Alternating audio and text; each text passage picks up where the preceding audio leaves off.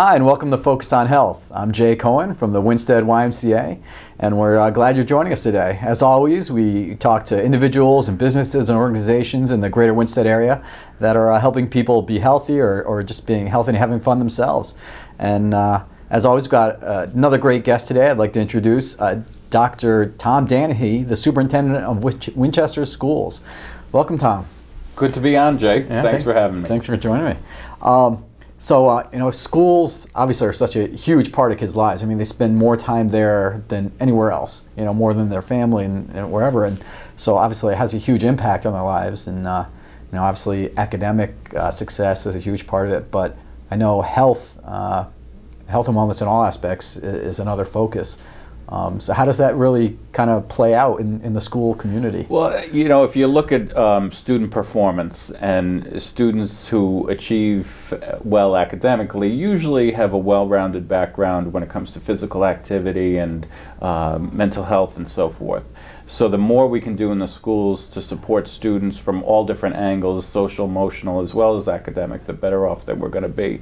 So our students in the pre-K to 6 have gym twice a week, as well as art, music, library, and then each marking period they have an additional class in each of those areas, music also. So it's important, especially with the younger students, that you expose them to a wide variety of stimuli in each of those areas, in addition to reading and math and science and so forth. Beyond that, we do have a formal health program for grades 5 and 6, as well as health in the WISE program, which is taught by a certified teacher, which I think is also important. When you look at all the stressors that kids face nowadays, and I think they need a lot of help in coming to know what are good, healthy choices and so forth. Absolutely, yeah. Definitely having the knowledge is key, but also just as the thing you mentioned, being able to just let some of the energy out and stay active. I know that there's new legislation really requiring that kids be physically active. I believe it's at least 20 minutes a day? Yeah, for recess, right. Okay. From K to 5, students need to have at least 20 minutes of recess, and it can't be used as a disciplinary takeaway for behavior that may have been inappropriate during the course of the day. And what I always found as a teacher was that when I brought the kids out myself as the classroom teacher, even if it was to run around the lot for 5 minutes and then come back right in, the students are ready to focus, and they've kind of burned off some steam, and then they can hit the ground running when it comes to academics. So it is very important. And beyond that, it's an opportunity for students to socialize and learn how to, not only the skills required to play kickball and that sort of thing, but to interact with their peers in an appropriate way. Yeah, absolutely. I mean, I don't think kids these days have the opportunities that we did growing up to just have unsupervised recreation, unsupervised play. Everything's very controlled and very regimented and scheduled in their lives. And the parents hop in the car and drive the students the children all over the place, like I do with my own kids. And I should let them ride their bike, but oftentimes traffic is an issue or something like that. But you're right. Nowadays, the students don't have an opportunity like we had back in the 70s or maybe 80s or whenever it was. Yeah, and even in recess, it's a great opportunity, like you said, for kids to just kind of learn that social interaction and leadership skills that they don't get other opportunities to. And I know there are other movements, around the country of trying to find different ways to integrate physical activity into the school day. I mean, obviously you have so many requirements that you have to meet in all the different areas, and so trying to find time for anything else is a challenge. But there's a lot of efforts to try and include like walking, and I know that the school's been working on some walking programs, and the Y's been partnering with you. Walking to school, yeah. Right.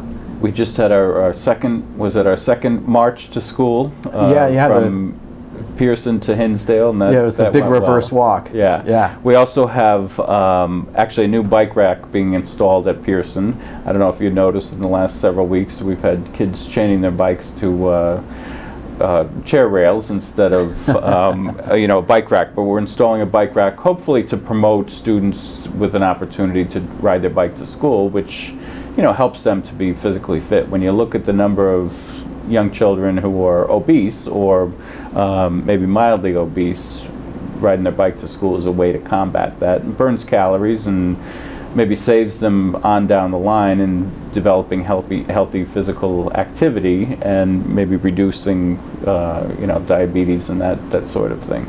Absolutely, and just being able to provide a bike rack is a huge encouragement for that. It's actually, it was awarded to us from the PTO, which was very generous Wonderful. of them, and we're installing the locking capacity so that nobody can drive a truck up and steal several bikes that may be locked to the bike rack. That's always nice. So are there other ways that you're going to be able to kind of encourage or incentivize biking to school?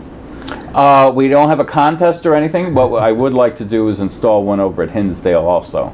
Maybe not for the second graders, but fourth graders could be able to ride their bike. Absolutely. To Hinsdale. Yeah, I know. Every now and then, like my kids bike frequently to their school, and every now and then I try and come into work a little late and bike with them, and it's a lot of fun. Yeah, it's great. I remember those days when I went to school, and it always made special. I used to teach in Manhattan, and I was much thinner then. And one of the reasons why I was much thinner is I used to ride my bike to school. So I would ride down 2nd Avenue. I lived on 68th Street, and I would drive to 7th Street, and then home in the afternoon. And when you go home up 1st Avenue by the UN, it's a steep slope. So I'd be sweaty by the time I got home, but it did help out a lot with burning calories and Sure. providing an opportunity for me as a person to kind of let off steam and so forth, which is important for kids to be able to do Sure. also. And to develop those healthy habits. If you're not doing that as a kid, you're certainly not going to do it as an adult. Yeah. So to get them used to and enjoying that type of thing early is huge. And they do less and less of that now than they ever did. So Absolutely. we need to reverse that in different ways, Absolutely. safe ways. Absolutely. And then just not being outside. And I know one project that you're looking at is potentially bringing a school garden to Pearson School. Yeah, that would be great. So the idea is to use some of the space down by the fields, not in the middle of the baseball field, obviously, but over to the side as you go into the parking lot where voters go in. If you go down that little hill, we're thinking about over in that side.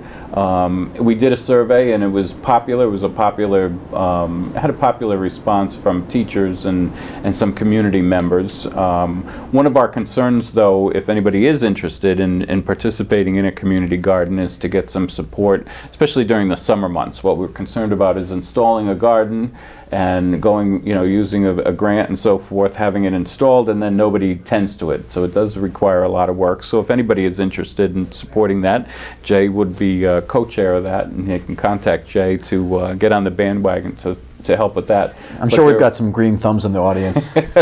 I'm sure we do. But as far as teaching and instruction goes, a garden is a great way to use, as an example for math skills and science projects and that sort of thing. So it could really help to make the learning process much more interesting for students because they're going to see tangible results of what they're doing. Yeah, absolutely. And it can, give kids a real hands-on understanding of whatever the topic is, especially with the new core curriculum. There's so much pre-developed materials that the teachers can just take and throw into their schedule and say, okay, we're going to learn math, but we're going to use it in the garden. Sure. And I think a lot of what the Common Core calls on educators to do and students to do in the class is based on applying what they learn. So with science and math, there's myriad opportunities, to get involved with a community garden to make that happen. Excellent. And you mentioned the grant funding that's going to help pay for it. Yeah.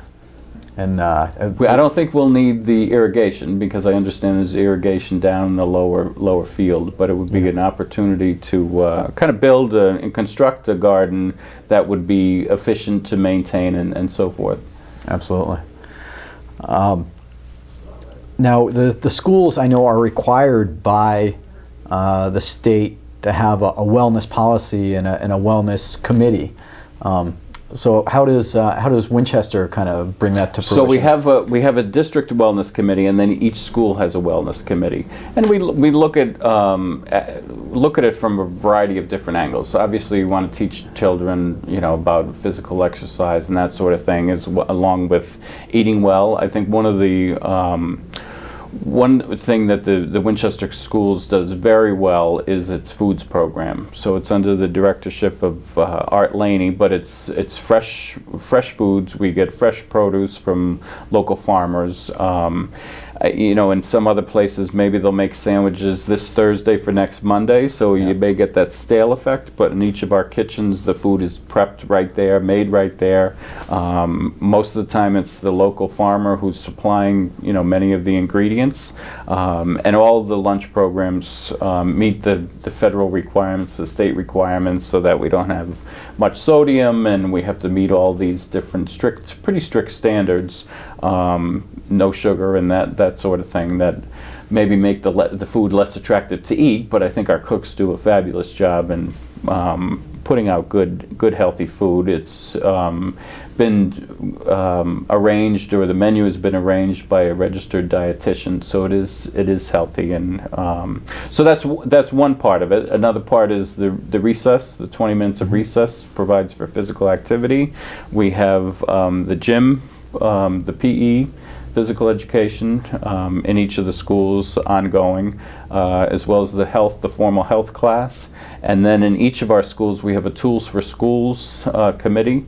So we look at different issues that employees may bring forward, parents may bring forward to keep the school safe and sound. Excellent. I know can be a controversial piece of a lot of school wellness policies centers around celebrations and rewards, like what kids do on their birthdays. Do they bring in cupcakes and candy from home? What's kind of the so Winchester in policy each of there? our schools, we have a registered nurse, and I would get into nice discussions with Jerry Kapplinger, is a retired RN, but she would often complain about 2 inches of frosting. It's Jay's birthday today, so here comes the mom with cupcakes with 2 inches of frosting. But there are ways to provide, maybe for celebrations, without going overboard with extra sugar and extra fat and so forth. And it's more about the process. It could be, some activity outside or something. It's more about the process and doing something special. It doesn't always have to be about eating. And then when you're eating, it always doesn't have to be about sugar and fat. It can be about other things also. Absolutely. Well, that's great. And I know we've spoken before, and actually Art was on this show not too long ago, but you guys have implemented the Veggie of the Week program that the Fit Together group in town is working on. So we had, what did I see on the list? Butternut squash and onion and